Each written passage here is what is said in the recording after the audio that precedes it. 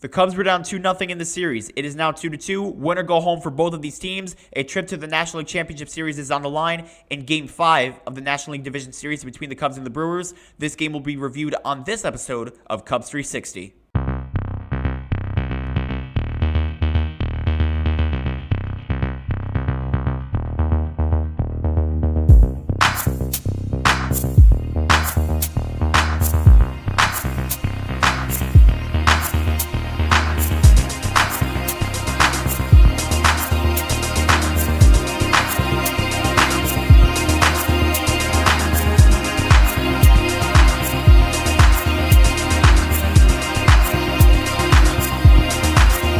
What's up, Cubs fans? This is Jack from Cubs 360. Thank you very much for tuning in to episode 57 of the Cubs 360 podcast. If you're interested in the content, feel free to like and subscribe, and also follow us on Twitter at Cubs360X. So as I mentioned, the Cubs were down 2-0 in the series, losing both games on the road.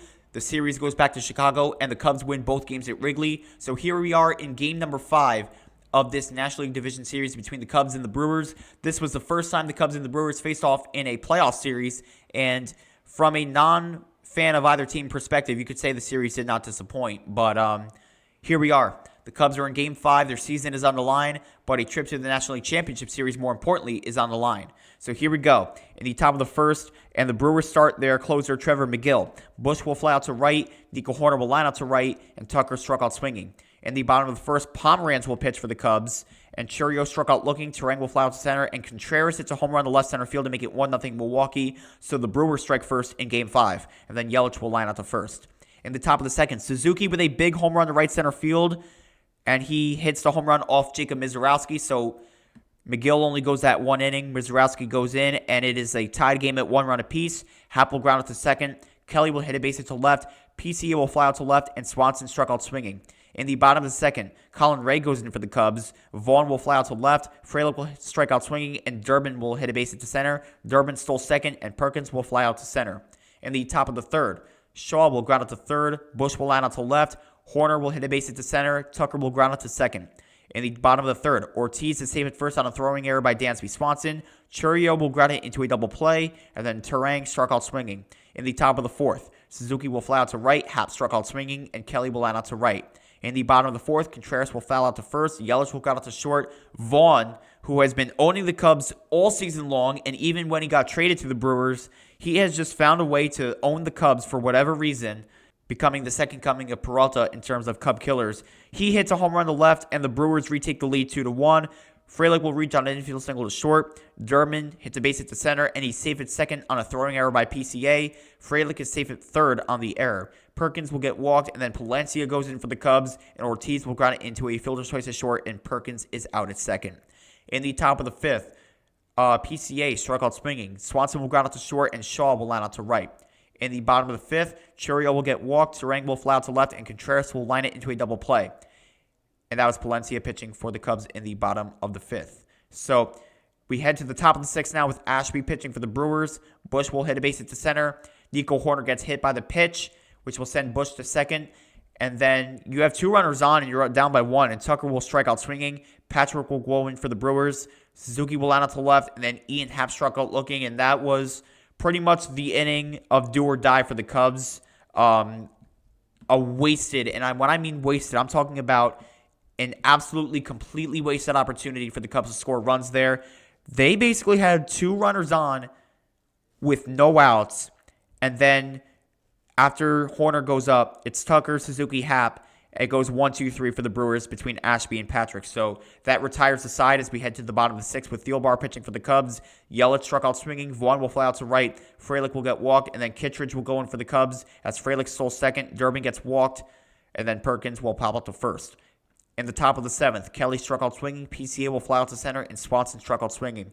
In the bottom of the seventh, Ortiz will line out to center. Chourio will fly out to right, and then Bryce Turang hits a home run to center field, giving the Brewers yet another insurance lead. It is now 3-1 Milwaukee, and then Contreras will fly out to left. Uribe goes in for the Brewers in the top of the eighth. Ballesteros will pinch it for Shaw, and he flies out to left. Bush will get walked. Nico Hoerner will line out to third, and Tucker will ground out to second. And that has just been pretty common for Tucker in the last few months of the season, which very likely could be his final at-bat as a Cub. In the bottom of the eighth, with Keller pitching for the Cubs, Castro is at third base. Yelich will ground out to second. Vaughn will ground out to short, and Frelick will line out to center. Uribe goes for the save in the top of the ninth for the Brewers as the Cubs are down to their final 3 outs of the season. Suzuki will fly out to left, Happ will line out to right, and Kelly grounds out to short. That is the game. That is the series. The Brewers advance. They win the series 3-2. They win 3-1, and the Chicago Cubs 2025 season is over. So the win goes to Mizorowski, who went 2-0. He went 4 innings pitched. He gave only 1 earned run and 3 hits. He had 3 strikeouts. Colin Ray with the loss, 2 2/3 innings pitched. Gave up 1 earned run and 4 hits. He had 2 strikeouts. Uribe with his first save of the postseason, who went 2 full innings. Yeah, that top of the 6th was really it for the Cubs. The offense could not produce anything when it seemed like their defensive pitching was doing phenomenal. I mean, I understand giving up a couple home runs here and there. The first inning, giving up that first run to Contreras, and then Suzuki tying it up in the second, and then just going blank for the rest of the game. You can't do that. They only had 4 hits all game. The Brewers had 6. That's how the Cubs season concludes. Very phenomenal season from them. They finished 92-70.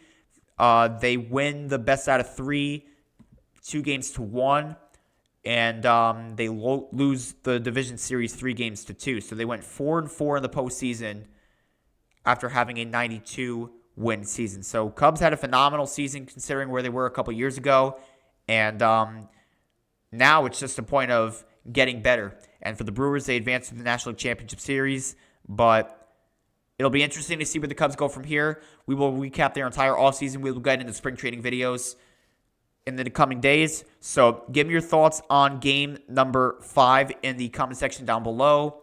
If you're interested in the content, feel free to like and subscribe, and also follow us on Twitter at Cubs360X. So that concludes all of the game and series recaps for the Cubs in the 2025 season. And big and better things are coming for the Cubs and this channel in 2026, and we're looking forward to it. So, again, like and subscribe. This is Jack from Cubs360, and as always, go Cubs, go.